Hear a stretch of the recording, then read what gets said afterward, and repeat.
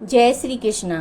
वैशाख मास में दान पुण्य करना और भगवान विष्णु का नाम लेना इतना पुण्यदायक है कि किसी भी चीज़ से इसकी तुलना हो ही नहीं सकती। आप वैशाख महात्म का 13वां अध्याय सुन रहे हैं। ब्रह्मा जी कहने लगे, हे यम, इसमें क्या आश्चर्य की बात है? क्यों तुम दुखी होते हो? सद्गुणों से ईर्ष्या करना मरणांतक होता है। उसके उच्चारण मात्र से ही परम पद की प्राप्ति होती है। फिर राजा के शासन से विष्णु लोक को क्यों न जाए?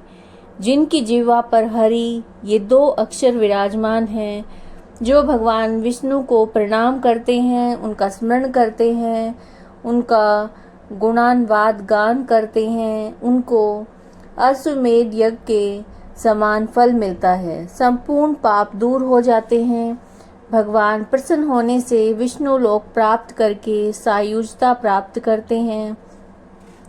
यज्ञ करने वाले कुरुक्षेत्र या सरस्वती में स्नान करने वालों को तो फिर से जन्म लेना पड़ता है, लेकिन वैशाख मास में जो माधव भगवान के धर्मों का पालन करता है, उन पर भगवान विष्णु प्रसन्न होकर सदा उसकी सहायता करते हैं। उस राजा का प्रभाव मेरे वश में नहीं है, क्योंकि वासुदेव भगवान के भक्तों का अशुभ कहीं नहीं होता।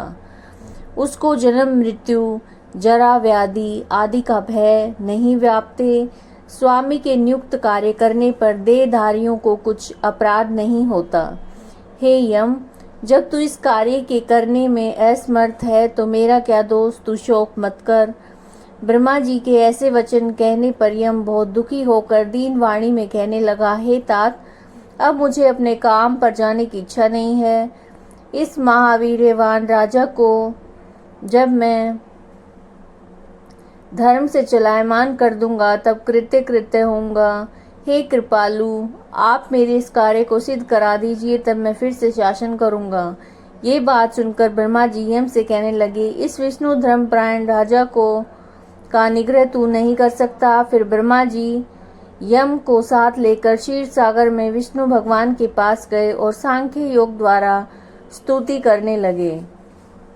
तब विष्णु भगवान प्रकट हुए और यम और ब्रह्मा ने प्रणाम किया। तत्पश्चात विष्णु भगवान ने आने का कारण पूछा। ब्रह्मा जी बोले, हे श्रेष्ठ, आपके दास राजा के शासन से सब मनुष्य वैशाख धर्मों को करके विष्णु पद को प्राप्त करते चले आ रहे हैं। इसी कारण यमपुरी शून्य हो गई है।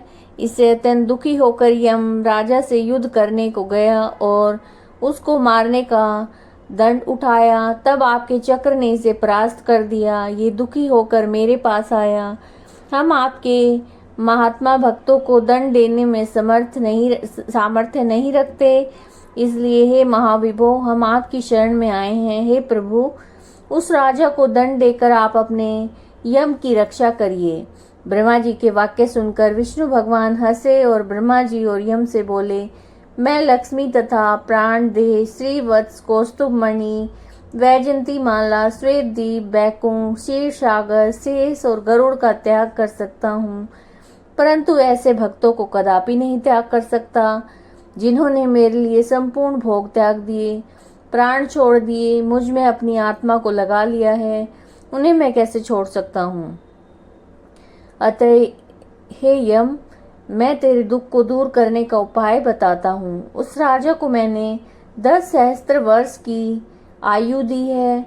उसमें से 8 सहस्त्र वर्ष बीत चुके हैं। अब 2 सहस्त्र वर्ष की आयु भोग कर वो मेरा सायुज्य भक्ति को प्राप्त हो जाएगा।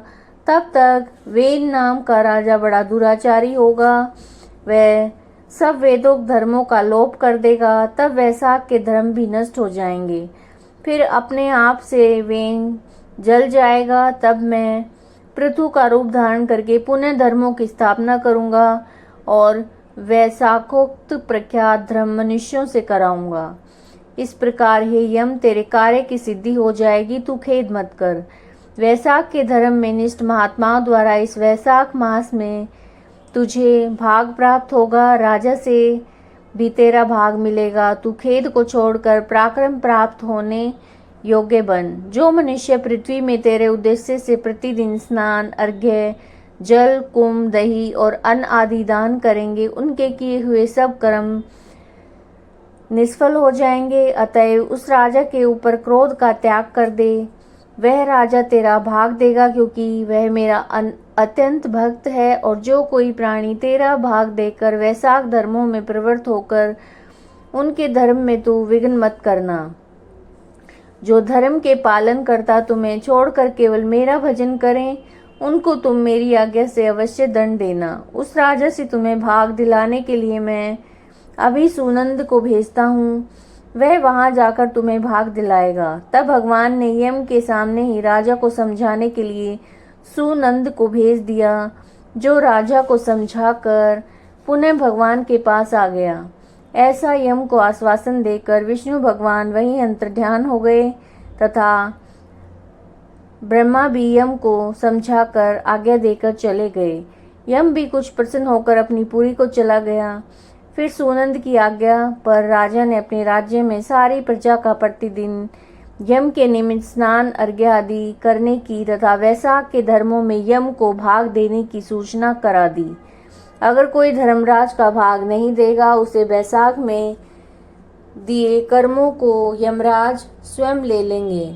वैशाख की पूर्णिमासी के दिन पहले धर्मराज के लिए जल का घड़ा, दही और अन्न दान करना चाहिए। फिर पितृेश्वरों के निमित्त, गुरु के निमित्त, पीछे जनार्दन मधुसूदन भगवान के निमित्त उनकी प्रतिमा बनाकर धर्म के चलाने वाले गरीब ब्राह्मण को शीतल जल, दही, अन्न, तांबूल, दक्षिणा और फल कांसे के पात्र में रखकर अर्पण करना चाहिए।